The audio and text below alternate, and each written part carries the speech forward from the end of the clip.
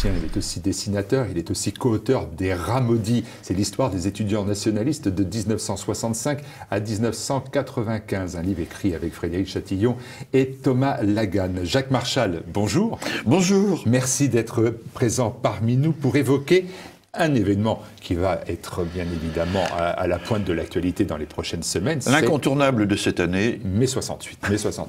Alors, que la gauche radicale s'empare, on le voit bien déjà, de la commémoration de mai 68, vous étiez à l'époque un jeune militant de ce qu'on peut appeler la droite radicale, la droite nationaliste. Vous étiez étudiant à Nanterre et vous apparteniez au mouvement Occident. En fait, si j'ai bien compris, vous aviez même rejoint ce camp nationaliste dans l'hiver 66-67, c'est-à-dire avant. Et vous avez dit un jour d'ailleurs, c'est en voyant les gauchistes du campus de Nanterre que j'ai compris que les ennemis de ces gens-là ne pouvaient être que mes amis. Exactement. Donc cet engagement nationaliste en 66-67, bon, c'est pas courant, disons-le clairement. Bon, alors je dois même préciser qu'auparavant, j'étais presque fanatiquement anti-fasciste, comme on disait à l'époque.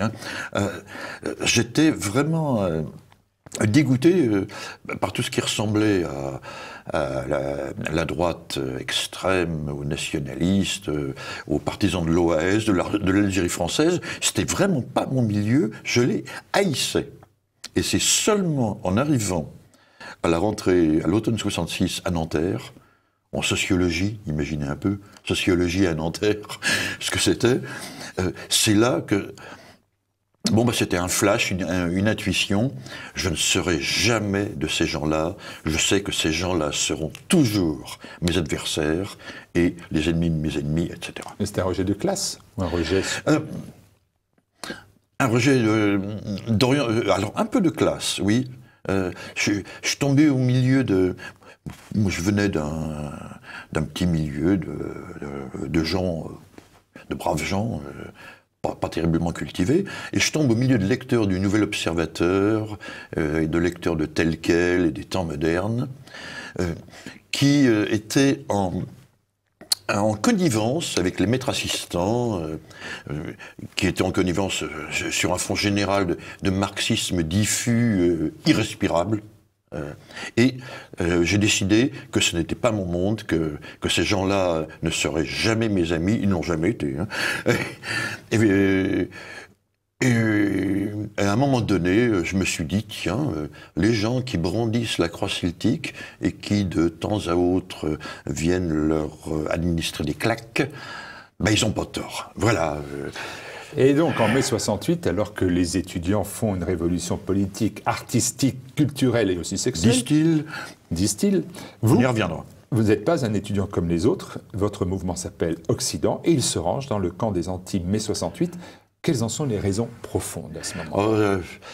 Ça, c'est très compliqué. Parce que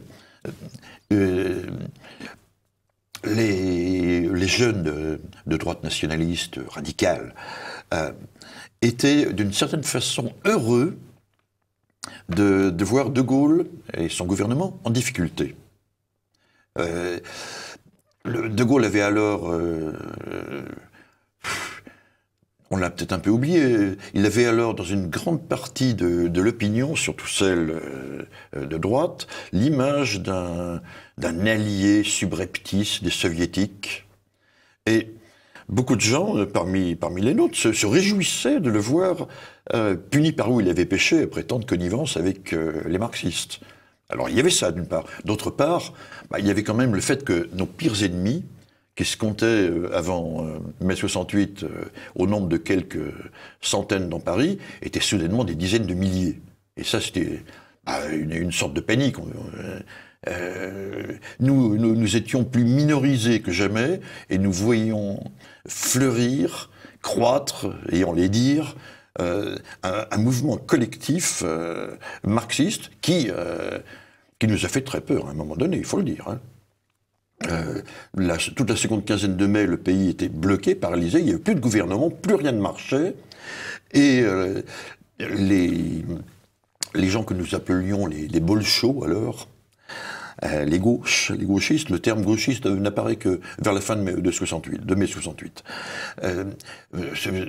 Ces gens-là semblaient avoir vraiment pris le pouvoir culturel, alors ça à 100%, et même avoir pris le pouvoir social, quasiment en majorité, et potentiellement le pouvoir politique, ce qui nous foutait dans une horrible panique, il faut le dire. Et c'est, bon, on peut rapidement y faire allusion, c'est ce qui a déterminé certains de nos jeunes leaders d'alors, qui ont des noms dont on se souvient encore, Alain Madelin, quelqu'un de très bien, Gérard Longuet, pour lequel je garde toute mon estime. Bon, bah ces types-là ont vu que le rêve d'une droite radicale révolutionnaire ne tenait plus debout, et ont préféré s'inscrire à fond dans le système libéral dominant. Et je les comprends parfaitement, je ne les condamnerai jamais. Alors vous êtes un observateur, vous êtes un acteur aussi de ces événements de mai 68. Et à cette époque-là, comment les interprétez-vous ? Par exemple, la révolte n'est pas exclusivement française, elle est très dure, par exemple, dans d'autres pays comme l'Italie, dans toute l'Europe de l'Ouest d'ailleurs. Mais même également le Mexique, le Japon. L'Europe de l'Est. Non, mais ça, c'est un phénomène générationnel. Hein. Il y a eu ce qu'on appelle le baby boom, hein, les pics de naissance entre 1942 et le début des années 50. Bon, à un moment donné, ces gens-là, ils font comme un gros bourrelet sur la pyramide des âges, et puis il arrive un moment où cette génération de, en gros, 18 à 25 ans devient pratiquement numériquement dominante. Dans la société française. Une chose qu'on ne connaît plus maintenant. Hein. Eh bien, dans la société française et dans toutes les sociétés occidentales, puisque ce baby boom est un phénomène simultané, pratiquement universel dans les sociétés développées. Bon, et il était logique que quelque chose se passe. Bon, il était également logique que les prodromes de cette expression politique du baby-boom se lisent également dans le champ culturel. C'est les années 60, c'est l'ère du yéyé, des Beatles, du rock, l'explosion d'une culture juvénile autonome, chose qui n'avait jamais existé jusqu'alors, hein, du moins pas à ce degré, voilà. Est-ce que vous n'avez pas pensé, après tout vous étiez anticommuniste, antimarxiste, qu'il y avait une volonté de déstabiliser l'Europe occidentale ? J'y ai pensé. Il y avait de sérieuses raisons d'y penser. Mais en même temps, ça c'était le fait d'être en sociologie à Nanterre, dans le même groupe de travaux dirigés que Cohn-Bendit. Imaginez. Un groupe de travaux dirigés qui était d'ailleurs sous la conduite d'un type qui a disparu aujourd'hui, très estimable, qui était Baudrillard, pour ceux qui le connaissent. Alors, une volonté de déstabilisation de la France, oui, il y avait des indices. Il est clair qu'après les positions légèrement tranchées et relativement originales du général de Gaulle quant au conflit israélo-arabe, il y a eu, dans certains milieux, une volonté de vengeance. Et il est également connu et vérifié que des responsables américains étaient en contact avec certains groupements trotskistes dans la phase préparatoire à mai 68. Ça, c'est une chose certaine.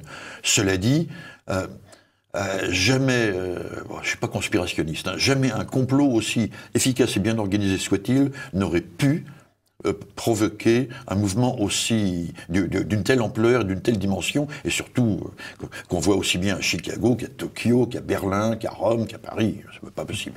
Alors, mais donc, mais retenons que la volonté de déstabilisation, elle était là. Oui. Alors, on revient au mouvement Occident dont vous êtes membre. Alors, vous êtes à la fois opposé aux gauchistes, opposé aux gaullistes. Est-ce que c'est une position qui est facile à tenir quand même ? On trouve toujours une solution mentale pour s'en tirer. Nous étions devenus les nationalistes de notre propre mouvement, de notre micro-mouvement, de notre micro-société, voilà. Et la première urgence, c'était de survivre, c'était de tenir, c'était d'exister. Et alors là, je dois dire quand même, on a mangé une époque vraiment très inconfortable, mais en même temps, ça nous a donné une énergie qui dure encore, je crois. Bon, bah, c'est dans cette volonté forcenée de revanche que nous avons créé le GUD, ensuite, le mouvement Ordre Nouveau, tout ça, lequel lui-même a donné naissance au Front National, il faut quand même le rappeler. Ça vient de là, ça vient de cette volonté de survivre et vivre et montrer que nous sommes quelque chose, que nous existons, que nous sommes potentiellement le peuple entier. Je sais, c'est grandiloquent, mais c'était vraiment ce qu'on avait en tête. Alors l'imagerie populaire donne le sentiment que finalement les gauchistes essaient de tenir la Sorbonne et Nanterre, pendant que l'Occident essaie de maintenir Assas, qui est aujourd'hui Paris 2, fac de droit, et Sciences Po. Ouais. Qui est perdu depuis longtemps. Non, ça c'est l'image post-68. L'image pré-68, c'est que l'Occident, ça représente quelques dizaines de semi-voyous, hein, disons-le, qui de temps en temps vont filer des baffes un peu appuyées à des services d'ordre gauchistes, qui eux existent dans tous les lycées. Bon, et on s'en rendait bien compte dès avant 1968, dès 1967, on était quelques douzaines dans Paris, pendant que les autres, ils étaient toujours une cinquantaine dans le moindre lycée. Alors quand on multiplie tous les établissements, ça faisait au total une force considérable. Et pourtant, en fait, est-ce qu'on peut réduire le mouvement Occident à une cohorte faisant le coup de poing pour répondre à la violence extrémiste de gauche? Soyons réalistes et objectifs, c'était un peu cela. C'était un peu cela, mais en même temps, comme toujours dans tout événement, il y a une sorte de philosophie implicite qui ressort. Et celle-ci était que nous étions, alors là j'hésite pas à le dire, nous étions le seul mouvement vraiment anti-autoritaire de l'époque. Parce que non seulement nous étions en rupture avec l'autorité politique qui était celle du général de Gaulle, du mouvement gaulliste, mais nous étions également en rupture avec la contrainte, mais qui était lourde, hein, alors spécialement là où j'étais, à Nanterre, c'était irrespirable, asphyxiant, contre la contrainte idéologique exercée par l'ultra-gauche.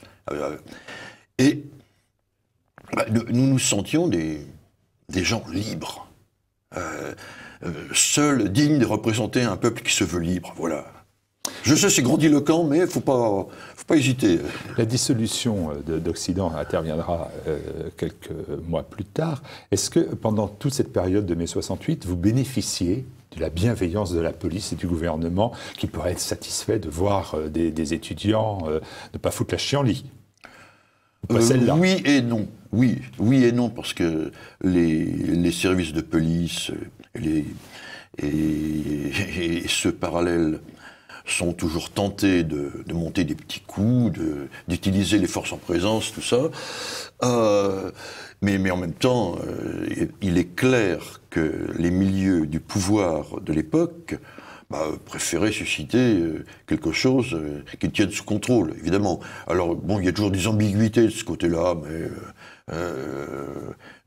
de toute façon, on représentait que dalle, pardon, enfin rien du tout, pas grand-chose, comparé à ce qu'on appelait les CDR par la suite, comparé au mouvement qui s'est levé lors de la grande manif du 30 juin 68 de soutien à De Gaulle, etc.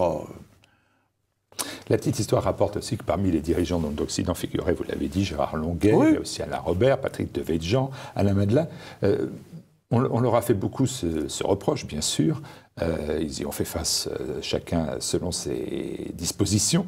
Est-ce qu'ils participent eux aussi aux bagarres de rue? De façon presque inévitable, militer dans notre camp, alors, c'était être condamné à affronter la violence. Mais ça était même ridicule.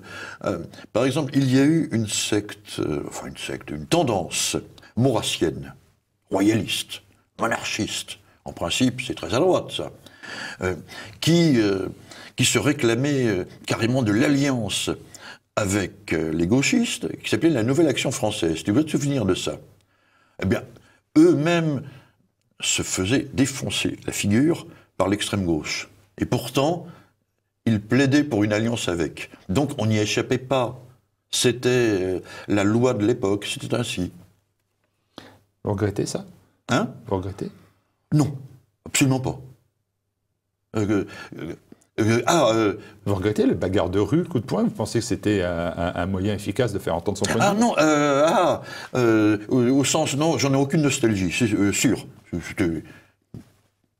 Mais on n'y échappait pas, voilà, c'était une nécessité. Et puis, si Occident ne s'était pas fait connaître par des bagarres de rue, il faut bien le dire, voire même des petites agressions, s'il ne s'était pas fait connaître à cause de ça, il ne serait pas fait connaître du tout. Et je n'y aurais jamais adhéré. Donc le débat sur l'opportunité ou non d'une relative violence en politique, pour moi, il s'arrête là. Lors d'un dîner et débat organisé, c'était tout dernièrement, sur ce thème, à l'invitation de Gabriele Adinolfi, vous avez exprimé que par leur action et leur surenchère lors de ces événements, les organisations gauchistes ont mis un point final au mouvement hippie qui séduisait une grande partie de la jeunesse. C'est marrant parce que j'ai l'impression que ce propos est un peu empreint de nostalgie, comme pour dire que cette révolution, elle avait quand même des aspects culturels et sexuels qui n'étaient pas négligeables. D'abord, je n'ai pas dit ça. C'est peut-être l'ami Adinolfi qui l'a interprété ainsi. On lui demande. Non, bon, il y a eu antérieurement, préalablement à mai 68, effectivement, ce mouvement culturel auquel j'ai fait allusion, mouvement générationnel, qui s'exprimait dans la musique, le pacifisme, le hippisme, y compris dans ses formes les plus dégénérées, la drogue, tout ça. Bon, il y a eu cela. Cela a été récupéré d'une certaine... Enfin, il y a eu une tentative de récupération de la part de groupements marxistes qui, eux, n'étaient pas du tout anti-autoritaires. Au contraire, c'était vraiment des milices qui fonctionnaient à la barre de fer, qui comptaient instaurer la dictature des conseils ouvriers. C'était ça, hein, le marxisme-léninisme. Il occupait une place énorme dans les militants 68, chez les militants 68 heures. Et eux, ils étaient en fait... C'était une imposture de leur part que de chercher à récupérer toute cette ambiance préparatoire à 68 telle qu'elle s'exprimait dans le rock, une nouvelle culture, etc. Mais ça, il y a beaucoup d'autres impostures 68 heures. Et là, il faut les dénoncer. On nous dit qu'ils ont contribué à libérer les mœurs. Mais c'est entièrement faux. Parce que, d'une part, on habite en France et puis on a... un pays qui est habitué depuis quelques siècles à une certaine permissivité dont il n'y a pas lieu de se plaindre. Deux, les modifications des comportements sexuels, une tolérance plus grande, tout ça, c'est arrivé avant mai 68, pas après, contrairement à ce qu'ils disent. C'est entre 1962 et 1965 que ça se passe. Par contre, la pilule est légalisée fin 67 par De Gaulle. Bon, d'accord, en 1968, pour l'obtenir, pour les mineurs, il faut une ordonnance contresignée de la maman, ce qui limite un peu. Hein. Mais ce que les 68ards, les vrais, les gauchards, hein, les marxistes, ont retenu de cela, c'est qu'à partir du moment où la contraception était disponible, la responsabilité de faire gaffe, de prendre des précautions, était transférée de l'homme à la femme. Et ça nous donne quoi? Qu'une femme n'a plus le droit de dire non. Ça nous donne quoi?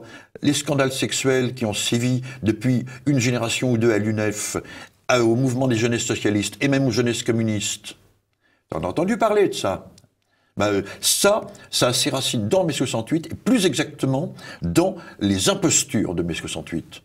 De même, on nous dit ce sont les 68 heures qui ont attiré l'attention sur l'écologie. Mais c'est totalement faux. Les préoccupations environnementales, elles sont déjà extrêmement présentes, particulièrement, il faut le dire, aux États-Unis, en Scandinavie aussi, dès 1966-67. Chez nous, ça n'arrive que vers 1974-75, parce que dans l'intervalle, la scène a été occupée par des marxistes-léninistes qui en restent sur le vieux catéchisme, les conseils ouvriers, la dictature du prolétariat fera le bonheur sur terre et la société sans classe et toutes ces conneries.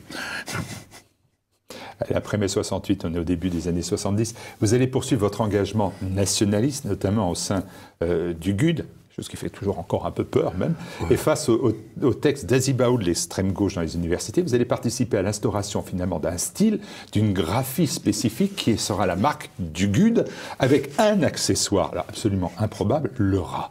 Pourquoi le rat, dont on connaît quand même l'effet repoussoir? Il faudra en montrer l'image. On va le montrer. Pourquoi le rat, c'est quand même un effet repoussoir, c'est pas Anne Hidalgo qui actuellement me dira le contraire. Pourquoi le choix de ça? Pourquoi le choix d'un rat? C'était véritablement pour dire on est ignoble, on est le diable? Non, c'est parce que eux nous représentaient toujours ainsi. Donc c'est un coup de judo, hein. On utilise la force de l'adversaire à son profit. C'est un retournement à la situationniste, hein. C'est un détournement très dans l'esprit de l'époque. C'était comme ça, oui. Donc c'est vous qui êtes le créateur du rat. Vous avez des sources d'inspiration. Mais presque involontairement. Les autres nous représentaient toujours ainsi, sous forme de vermine, de rongeurs absolument immondes, scrofuleux. Hein. Alors, bah oui, c'est nous, hein, bah on reprend. Vous aviez des sources d'inspiration, c'est vous qui l'avez créé de toutes pièces. Non, vous êtes inspiré notamment d'un dessinateur. Ah bah oui, il faut rendre hommage à cet égard à l'immortel Raymond Machereau, le grand dessinateur verviétois, liégeois, qui a créé Chlorophylle contre les rats noirs en 1955 ou 56 dans Tintin. Oui, effectivement, j'avais inconsciemment ça en tête, ça se reflète dans le style, oui, je l'avoue. J'ai rien inventé. Quand vous faites une graphie, en fait. Quand vous faites des bandes dessinées, que vous faites cette graphie qui va marquer les esprits, qui les marque encore même à l'extrême gauche, est-ce que vous ne dites pas finalement que mai 68 a gagné parce que de ce qu'il y a de révolutionnaire, c'est l'esthétique, et vous avez considéré qu'être révolutionnaire, c'était toucher à l'esthétique? Oui, j'y avais pas réfléchi, mais... J'ai réfléchi pour vous. Mais oui, non, mais... On a eu le temps. Ça sert à quelque chose, une télé. On a eu le temps. Parce qu'on se connaît, hein, c'est pour ça que je dis aux téléspectateurs qu'il y a des tutoiements qui partent d'ici ou là, mais le vouvoiement est par politesse à votre égard, mais c'est vrai que nous connaissons depuis quelques années et pas depuis mai 68. Oui, alors le style, oui, il y a effectivement une graphie spéciale pour les affiches que j'ai pas inventée moi personnellement. Hein. Là encore, c'est le produit des circonstances, de différentes influences, mais on avait soin à l'époque, c'est tout à fait caractéristique. On en voit des modèles. Hein, quand on regarde l'iconographie de l'époque Ordre Nouveau, toutes les banderoles, les titres, les journaux, tout était aligné sur un même style. Ça, c'était un sous-produit de l'énergie vindicative que nous a laissé 68. Alors effectivement, ça s'inscrit dans une certaine tradition, si on veut, 68 art, parce qu'il y a eu le style pop, le style pop art qui a beaucoup sévi en ce temps-là également, dont nous sommes également mêlés à une époque donnée. Mais en même temps, c'était notre volonté d'affirmer une différence irréconciliable contre nos ennemis. Ce GUD, ce groupe Union Défense, il va connaître de beaux jours. Il va y avoir des milliers de personnes, des meetings, des milliers. Cette fois-ci, c'est plus des dizaines à Paris, ce sont des milliers. Non, n'exagérons pas. 2000 personnes à Assas? Oui. Réel, semble-t-il. C'est pas Gabriel Dinolfi qui me l'a dit. Hein. J'ai des bouquins. Le milieu nationaliste, le milieu de droite radicale devient tout autre après mai 68. Avant, il avait du mal à se sortir du sillage des reliquats de l'Algérie française, des choses comme ça. Donc il était un peu mal à l'aise parce que en 1967, être pour l'Algérie française, ça ne voulait plus dire grand-chose, c'est clair. Par contre, au lendemain de 68, il devient un mouvement franchement anti-gauchiste, anti-marxiste, et ce qui motive l'adhésion de jeunes autour du GUD et des mouvements similaires, c'est la volonté de faire pièce à la dictature, on peut appeler ça comme ça, dictature gauchiste dans les établissements d'enseignement. Alors, effectivement, ça se met à rassembler des centaines et des centaines de gens, peut-être des milliers, je ne sais pas, mais ça devient une nébuleuse, un mouvement, parce qu'à ce moment-là, il n'y avait pas de fichier au GUD, il n'y avait pas de carte au GUD, il n'y avait pas de bulletin d'adhésion, on ne signait pas, il n'y a pas de cotisation non plus d'ailleurs, ou rarement.